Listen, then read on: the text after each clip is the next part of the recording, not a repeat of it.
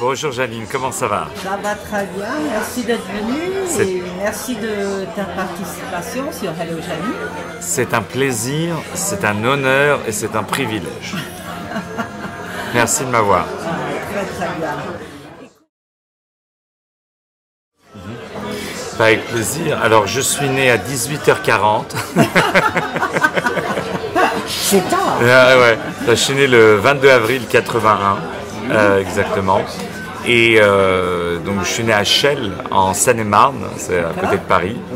Et donc j'ai découvert la musique là-bas, j'ai passé toute mon enfance là-bas. Et puis à l'âge de 16 ans, j'ai commencé à chanter, à jouer du piano, faire des pianos-bars, etc. Et puis à l'âge de 20 ans, je suis parti vivre à New York.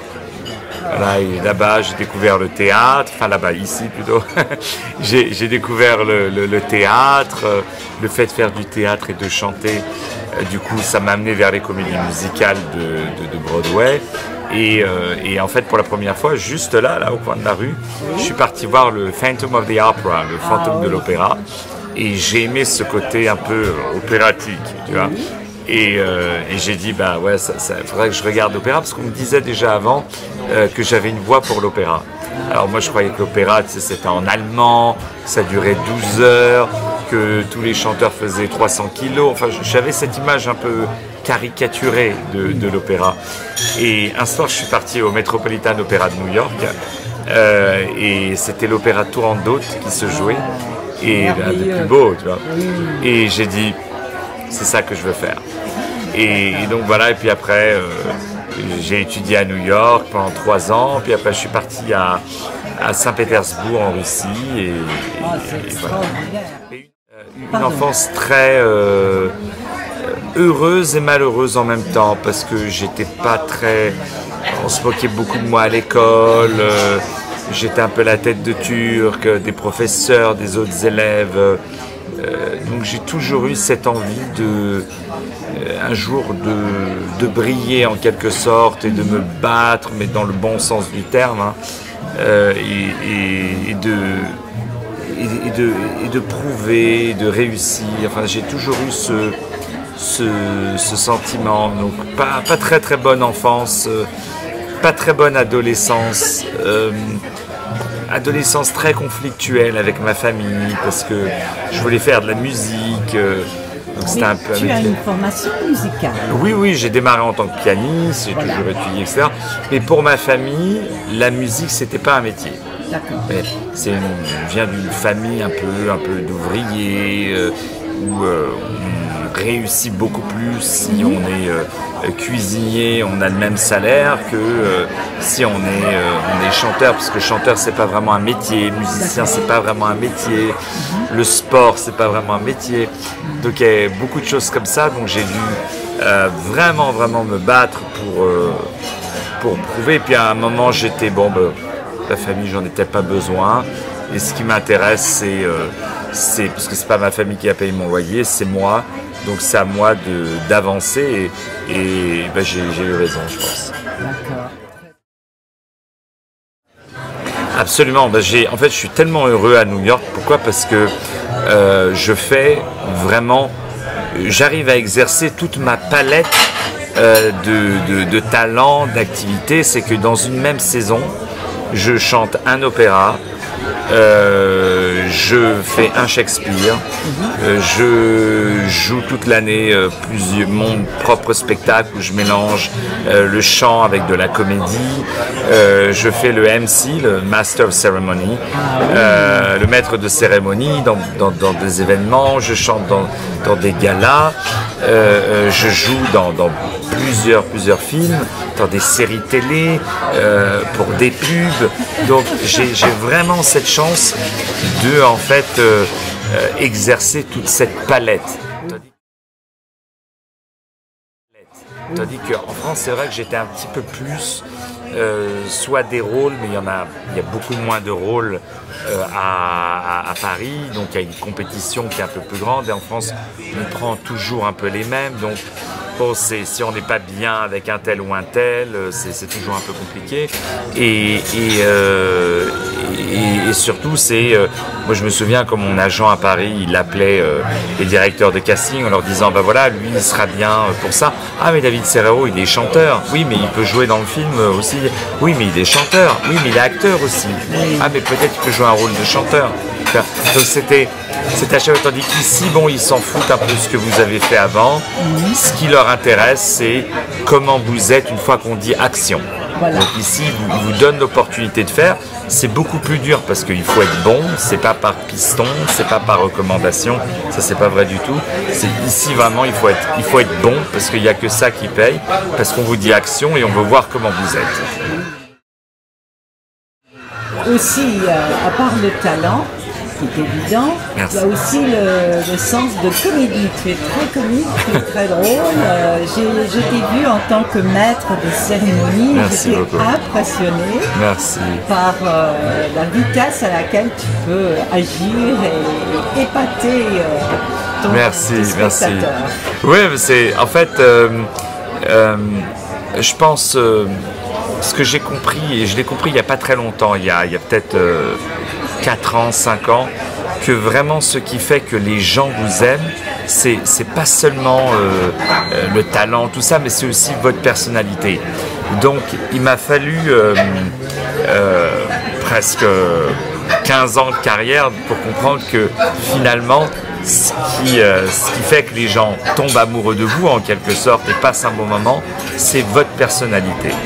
Et donc maintenant quand je suis sur scène, bon bien sûr quand je joue un rôle c'est différent parce qu'on est dans le rôle, mais quand je suis moi-même, c'est vraiment ma personnalité. Et je dis, il y a une phrase de Oscar Wilde qui est très belle qui dit « Soyez vous-même parce que les autres sont déjà pris ». Donc c'est parfait. Finalement, j'ai étudié tellement de chanteurs, d'acteurs, etc. Tout ça pour finalement devenir moi-même. Et c'est ça, je pense, qui beau. Mais en tout cas, moi, j'ai vraiment dédié toute ma vie et je dédierai tous les jours qui me restent à vivre, j'espère le plus longtemps possible, mais j'ai vraiment dédié ma vie aux autres, aux gens, voyez, à donner le meilleur de moi-même et surtout à divertir et à distraire les gens. C'est ça vraiment ma grande passion et c'est en ça que je prends moi-même mon plaisir, c'est de rendre les gens heureux. C'est beau. Ma vie personnelle et ma carrière pour moi c'est la même chose. Il n'y a pas un jour, ah non là c'est ma vie personnelle, là c'est ma carrière. Pour moi tout est exactement la même chose et je pense, pourquoi? Parce que je considère ça bien sûr comme mon métier, c'est très sérieux, je travaille très dur, je répète, j'arrive très à l'avance, pour moi c'est très sérieux, mais c'est vraiment ma vie, c'est-à-dire si au lieu de tenir l'aigu, au lieu de tenir 10 secondes, je l'ai tenu que 9 secondes, ça m'empêche de dormir pendant toute la nuit, quoi. J'ai beaucoup de mal à me détacher, justement. J'aurais aimé des fois savoir me détacher un petit peu de mon travail, mais malheureusement ça me poursuit. Mais mon principal souhait vraiment, c'est que tout continue de la même façon. Le monde est le Sahara et que nous sommes un grain de sable. Donc, quand on a la chance qu'un petit grain de sable est choisi, on se doit vraiment d'apprécier. Moi, j'ai beaucoup de gratitude pour tous les gens qui m'engagent, que ce soit même pour des trucs amateurs où j'étais même pas payé avant, ou bien sûr des gros cachets, etc. J'ai une gratitude qui est éternelle.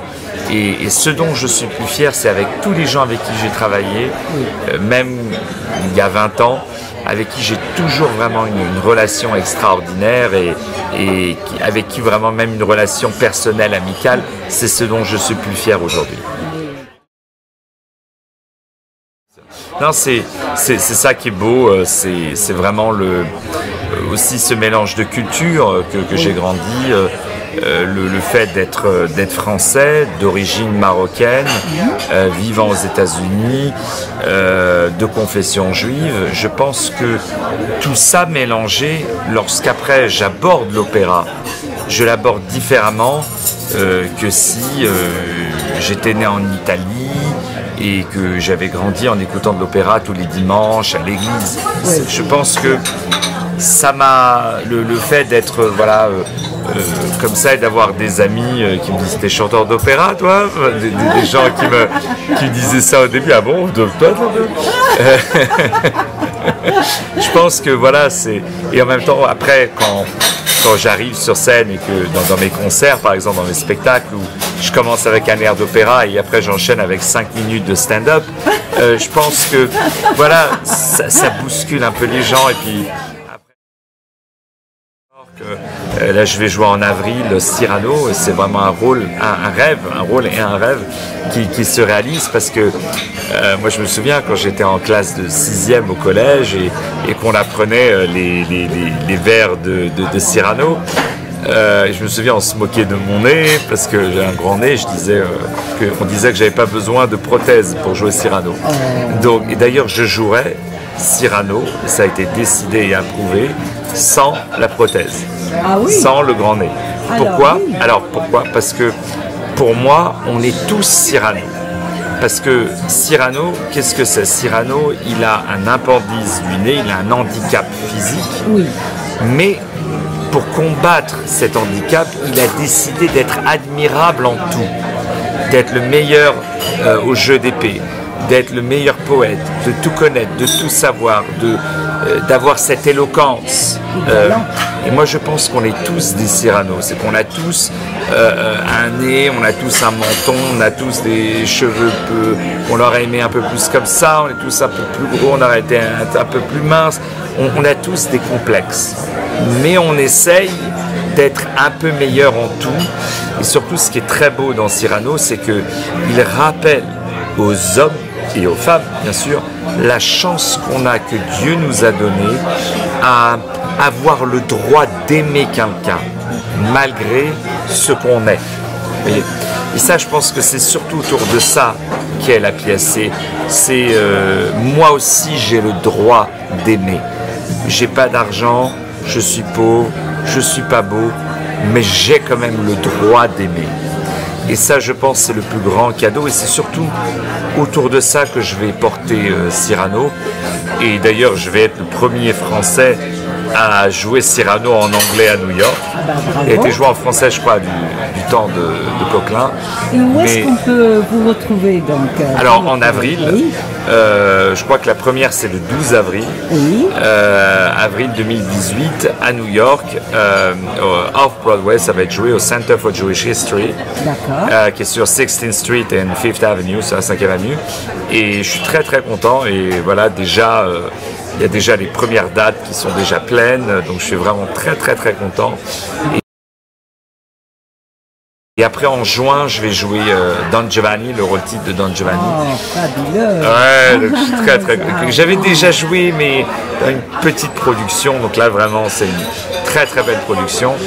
Et, en italien? Hein? En italien, bien entendu. Et après, et puis avec une petite touche de champagne, comme je fais dans tous mes spectacles que je monte, il y a toujours un petit temps. C'est que je respecte le classique, parce que moi j'aime le classique, mais en même temps j'apporte une petite touche de fantaisie, une touche de champagne, mais tout en restant dans le sérieux, dans le classique, parce que j'ai ces deux publics en fait. Et là, je vais jouer fin janvier, début février, une pièce, une des plus grandes pièces yiddish, qui s'appelle des Yiddish King Lear. Donc, c'est pas une traduction du Roi Lear, c'est une adaptation vraiment qui avait été faite par Jacob Gordon, qui était le Shakespeare du théâtre yiddish. Wow. Et donc à New York, on est très vite influencé par la culture du théâtre yiddish, que moi en France, j'ai jamais connu en fait. Même par mes origines séfarades, parce que j'étais un peu éloigné de la culture yiddish. Et bon, en France, j'ai eu la chance de chanter des mélodies yiddish, etc. Mais vraiment à New York, il y avait le quartier du théâtre yiddish. C'était dans ce qu'on appelle le Lower East Side, donc c'est en bas de la ville. C'était vraiment le quartier des immigrants russes, juifs, qui ont apporté vraiment le théâtre yiddish. Et donc il y avait dans le temps presque une vingtaine de théâtres yiddish. Ils ont tous disparu aujourd'hui. Donc là, cette première série de représentations de Yiddish Kingler va, je pense, et d'ailleurs j'ai eu un mail là tout à l'heure qui me le confirme, va créer une sorte de série toutes les saisons, oui. 2-3 œuvres yiddish jouées en anglais, mais avec des mélodies yiddish, mais jouées en anglais, pour apporter à nouveau, je dirais, cette tradition et ce beau répertoire qui est le théâtre yiddish, qui pour moi est vraiment le théâtre juif, qui a vraiment dans ça cette rencontre entre l'opérette un peu des pays de l'Est et la rencontre du jazz américain. C'est après d'ailleurs ce théâtre-là, mélangé aux revues françaises, par exemple le Moulin Rouge, etc., que Ziegfeld, qui est un grand producteur, a amené de France, il a amené aux États-Unis. Donc ce mélange des revues américaines, les opérettes yiddish plus le jazz, ça a donné tout ça Broadway, tel qu'on le connaît. Après Broadway, bien sûr, a évolué, mais je veux dire, c'est la base. Donc, et vraiment, le répertoire yiddish, c'est un répertoire extraordinaire. C'est très, très, très, très drôle. Ah. C'est vraiment très rigolo, très drôle. Ah ouais, et moi, je me retrouve vraiment dans cet humour que j'assume vraiment, qui n'est pas un humour communautaire. Même quand je fais mon spectacle, qui n'est pas un humour communautaire, c'est un humour qui vraiment aux États-Unis fait partie de la culture américaine. Et c'est ça qui est beau aux États-Unis, c'est que les Juifs aux États-Unis ou les Français aux États-Unis font partie de la culture américaine. Il n'y a pas de vraiment séparation entre les peuples. C'est ça qui est beau. Oui. Eh bien, merci beaucoup. Merci ma chère Jeanne. David, de discuter avec nous, de se faire connaître un peu plus, et puis on espère te retrouver dans tous ces spectacles. C'est un honneur. Tu es toujours mon invité, et sache, ma chère Janine, que j'aime beaucoup ce que tu fais. Ah, j'aime beaucoup ton blog. C'est un plaisir de le lire. Ta qualité, tes qualités, ta plume. Vraiment est très très agréable, et c'est très beau de voir. Moi j'aime beaucoup la France, je suis très attaché à la République française, aux valeurs de la République française. Moi j'aime beaucoup tout ce qui touche à l'État français, beaucoup de respect, qu'on soit ou pas d'accord sur la politique d'un pays, ça me regarde pas, mais on respecte les valeurs du pays. Moi j'aime beaucoup la police française, j'aime l'armée française, j'aime la justice française, même si ça m'arrive d'avoir un PV parce que j'ai mal garé ma voiture à Paris, même si je suis flashé parce que j'ai dépassé de 5 km/h la limite de vitesse. Bon, mais ça n'empêche pas que voilà, moi je respecte beaucoup la police française et la culture française et les Français en général. Et donc le fait que tu as cet amour pour la France et pour les États-Unis, ça me touche énormément. Et c'est un honneur vraiment d'être à tes côtés aujourd'hui. Ah, je suis touchée moi aussi. Merci beaucoup, David. Merci à toi, Janine.